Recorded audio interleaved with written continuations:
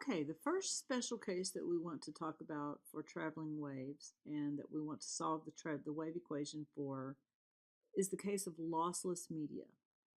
So lossless media means a perfect conductor, or a perfect dielectric. So the medium is non-conducting. In other words, sigma is equal to 0.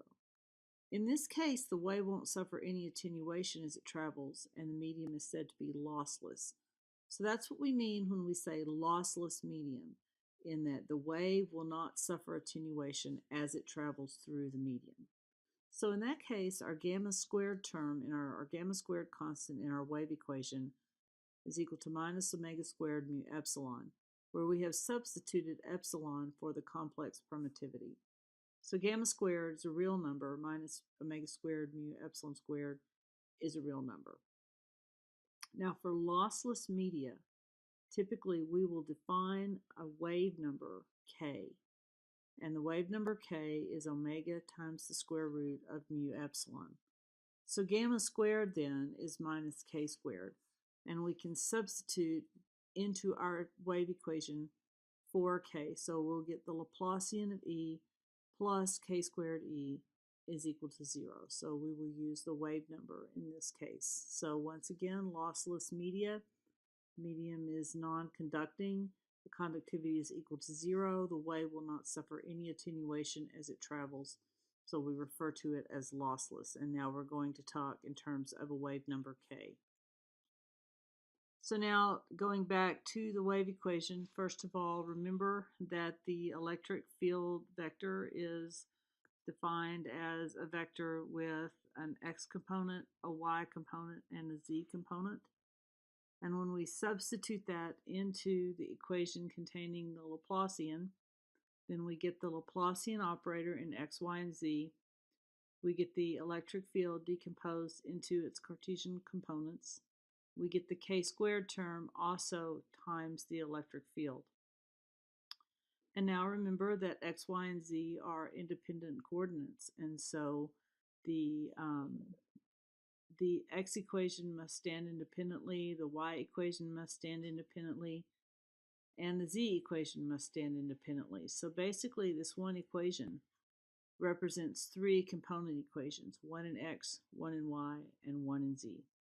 So here, for example, is what the equation would look like for the x component of the electric field. Now, in general, okay, the x component of the electric field can have variation in all directions. But in the case that we're considering in this chapter, we have what is referred to as a uniform plane wave. So the uniform plane wave is characterized by electric and magnetic fields that have uniform properties at all points across an infinite plane. So, for example, if we're considering the xy plane, then basically E and H do not have any variation with respect to x and y.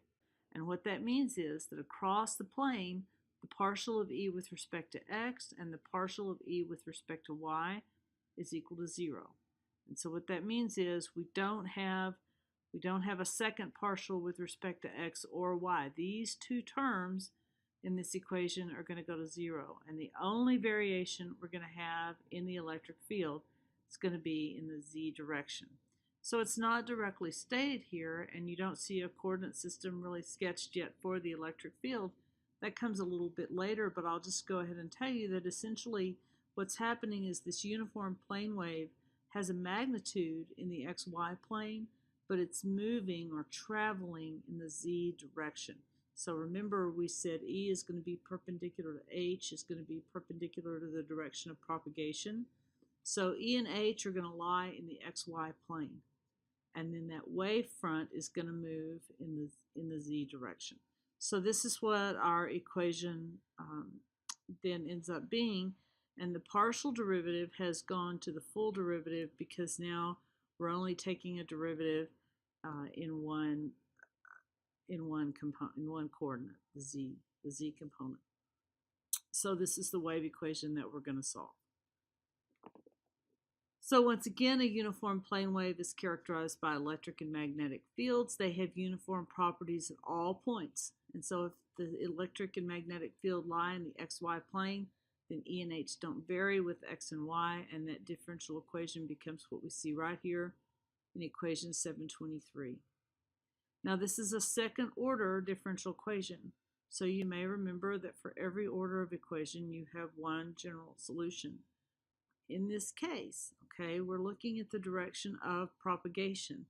And so in this case, we'll assume that we have two different possible solutions. One has a constant times e to the minus jkz, and the other has a constant times e to the jkz.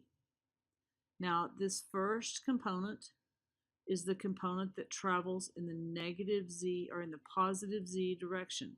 So the negative exponent is referring to a positive z direction of travel, while the positive exponent is referring to a negative z direction of travel. So we're just going to consider waves that travel along the positive z-axis only, meaning our constant here, e minus of x naught, is going to go to 0 for this particular term. So we basically end up then having one expression for the electric field moving in the z direction. So it's basically E, the constant, times e to the minus jkz. Now in this example, okay, we're working, remember we chose to solve the equation for the x component of z of the x component of E only. So that's why you see this subscript x. So let's go back. Here was our Laplacian. Okay, here was our electric field vector. And so we chose to look at the equation in EX only. Would there be another equation in EY? Possibly. We haven't really defined the vector basis for EX and EY. We haven't really given a direction for the electric field. But yes, there could also be an EY. Would there be an EZ? In this case, no, because we have assumed we have a uniform plane wave. And so if Z is the direction of propagation, we will not have any of the field line itself actually pointing in the Z direction.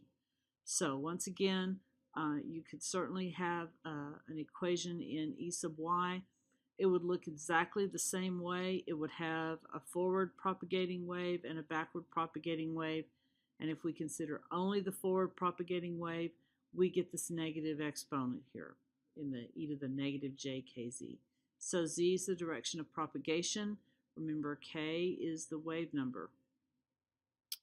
And then x is the unit vector, and e subscript x0 is just the constant that represents the magnitude of the electric field.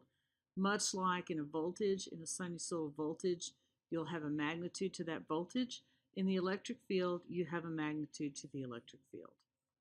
So then if we apply the curl of E is minus j omega mu h, we basically substitute in this expression for E into the curl equation, and what we end up with is that H, in this case, because we are taking a curl, H will have a y component and will also be propagating in the forward direction. So this is effectively a plane wave. We have E in the x direction, we have an x coordinate or an x component of z, a y component of h. They're propagating in the z direction. And notice here we have made a substitution.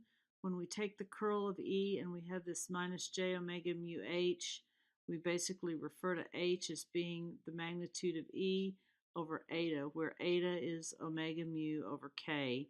And if we do a little simplification there, eta will be the square root of mu over epsilon. Okay. Eta is going to be related to the impedance of the material. Okay, so from the previous slide, here's our E and here's our H. So what are these? These are DC equations. At